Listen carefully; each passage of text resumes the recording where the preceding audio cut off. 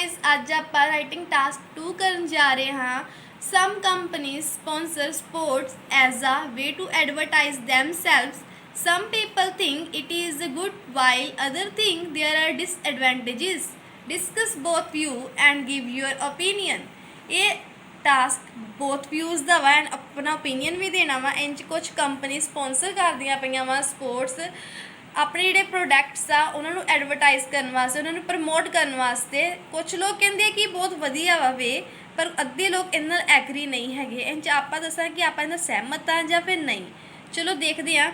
It is an irrefutable fact that organisation sponsor sport to promote themselves so whether it is an excellent way or not. कहते कि ये बिल्कुल सच आ कि organisation sponsor कर दियाँ पईयां sports promote करने वास्ते अपने आप नूं कि ये बिल्कुल वधिया तरीका हैगा वा या फिर नहीं। Has really become a matter of discussion among people.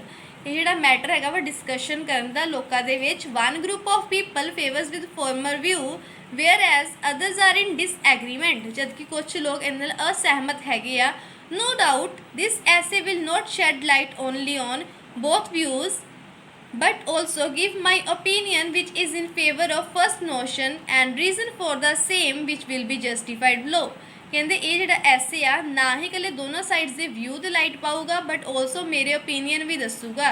जिहड़ा फर्स्ट नोशन के नाल जिहड़ा फॉर्मर व्यू कि इहदे जिहड़ियां वा एडवांटेजेस ज़्यादा वा एक्सलेंट वे आ एंड रीजन भी दसूगा क्यों।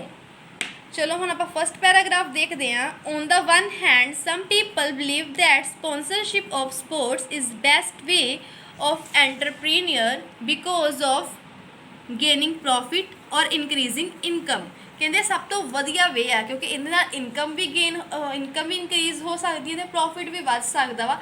हम देखते हैं किवें। To clarify if government has few funds for particular games people can loss their interest in these games.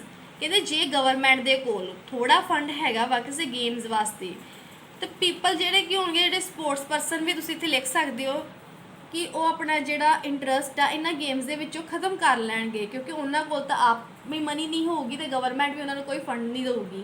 However पर companies can sponsor games in order to provide new platforms for new talented players. कहते हैं कि पर इस तो उल्ट जे company sponsor करदियां वा ये गेम्स तो उहदे नाल की होगा कि जिहड़े नवें जिहड़े टैलेंटेड प्लेयर्स हैगे आ उन्हां नूं नवें प्लेटफॉर्म्स भी दिते जाणगे तो जिहड़े कंपनीज भी प्रॉफिट अर्न करनगे तो वो भी उन्हां नूं भी जिहड़ा फायदा ज़्यादा होगा and also can gain profit. To illustrate it is evident that Coca Cola company give advertisement of football for boosting income and also 50% player are participated in football. कहते हैं कि ये बिल्कुल सच है कि जिहड़ी कोका कोला कंपनी हैगी वो एडवर्टाइजमेंट दिंदी फुटबॉल की तो उन्होंने इनकम भी बढ़ती है तो जो 50% जो प्लेयर्स है वो पार्टिसिपेट भी कर रहे हैं फुटबॉल गेम के सिर्फ तो सिर्फ एक एडवर्टाइजमेंट करके। Thus it helps to promote sports तो इस करके जी मदद करती है स्पोर्ट्स को प्रमोट करने वास्ते। On the other hand some people believe that it is not beneficial for health. कुछ लोग ये विश्वास करते हैं कि इनके बेनीफिट्स अपनी हैल्थ से नहीं हैगी ਤਾਂ ਕਰਕੇ ਉਹ ਕਹਿੰਦੇ ਕਿ ਇਹਨਾਂ ਦੀ ਡਿਸਐਡਵਾਂਟੇਜ ਹੈਗੀ ਆ। ਹੁਣ ਦੇਖਦੇ ਹਾਂ ਕਿੱਦਾਂ। To elaborate entrepreneur sells low quality of products which have negative impact on humans body because some firms sponsor sports to advertise their products and people buy these products because of brand of products. कहते कि कुछ लोग entrepreneurs जिहड़ियां कुछ entrepreneurs हैगियां वा लो कुआलिटीज़ दे जिहड़े products आ वो cell कर दिंदियां वा।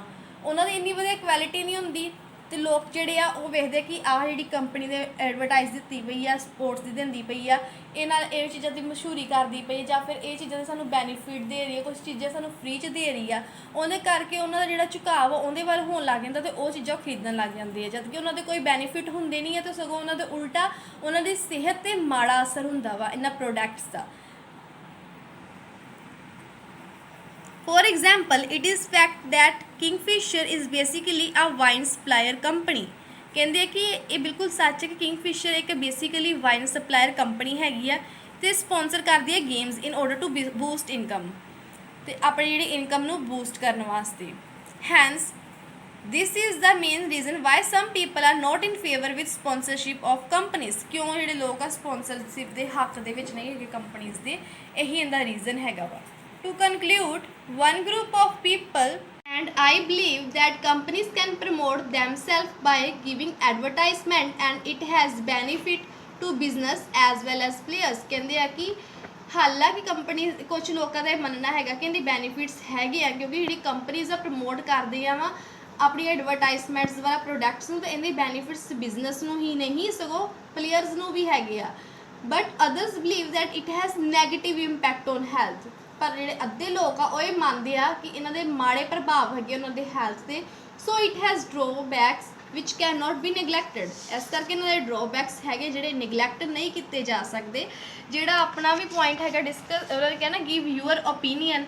ਇਸ ਐਸੇ ਦੇ ਵਿੱਚ ਫਸਟ ਵਾਲਾ ਜਿਹੜਾ ਪੈਰਾਗ੍ਰਾਫ ਸੀਗਾ ਉਹਦੇ 'ਚ ਆਪਾਂ ਆਪਣਾ ਓਪੀਨੀਅਨ ਵੀ ਨਾਲ ਲਿਖ ਕੇ ਦੇ ਸਕਦੇ ਆ, ਜਿੱਦਾਂ ਕਿ ਲਿਖ ਸਕਦੇ ਆਪਾਂ some people believe, including me, that sponsorship of sports is best way of entrepreneur because of gaining profit or increasing income। ਸੋ ਇਸ ਤਰ੍ਹਾਂ ਕਰਕੇ ਆਪਾਂ ਆਪਣਾ ਜਿਹੜਾ ਵਾ ਇਹ ਡਿਸਕਸ ਬੋਥ ਵਿਊ ਵਾਲਾ ਐਸੇ ਜਿਹੜਾ ਆਪਾਂ ਲਿਖ ਸਕਦੇ ਆ ਤੇ ਹਾਇਰ ਬੈਂਡ ਸਕੋਰ ਗੈਟ ਕਰ ਸਕਦੇ ਆ।